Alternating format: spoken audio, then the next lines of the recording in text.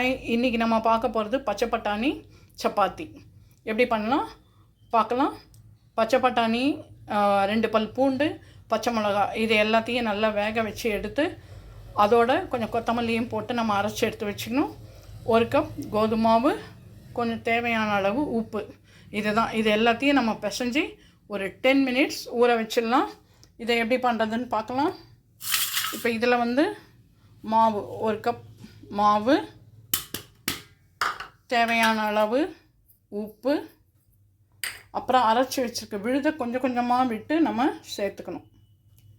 இப்போ இதை சப்பாத்தி மாவு பிசைகிற மாதிரி பிசைஞ்சு எடுத்துன்னு வந்துடலாம். இதை இப்போ குட்டி குட்டி பாலாக உருட்டி வச்சாச்சு. இப்போ சப்பாத்தியை செஞ்சு போட்டு எடுக்கலாம். அதுக்குள்ளே இங்கே ஸ்டவ்வை பற்ற வச்சு தோசைக்கல் போட்டாச்சு. வாங்க பார்க்கலாம். இப்போ சப்பாத்தி செஞ்சு தோசைக்கல்லில் போட்டிருக்கோம். இது 2 பக்கமும் ஸ்லோ ஃப்ளேமில் வச்சு நல்லா திருப்பி போட்டுட்டு அதுக்கப்புறம் ஆயில் போட்டு நம்ம எடுக்கலாம். பச்சை பட்டாணி சப்பாத்தி, அதுக்கு சைடிஷ் தக்காளி தொக்கு. இந்த பாருங்கள், அவ்வளோ சாஃப்டாக இருக்கும் சப்பாத்தி.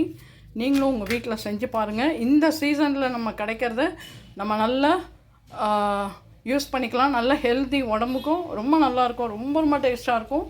இதுக்கு சைடிஷ் வேணும்னா இந்த மாதிரி தக்காளி தொக்கு அருமையான காம்பினேஷன். பாய்.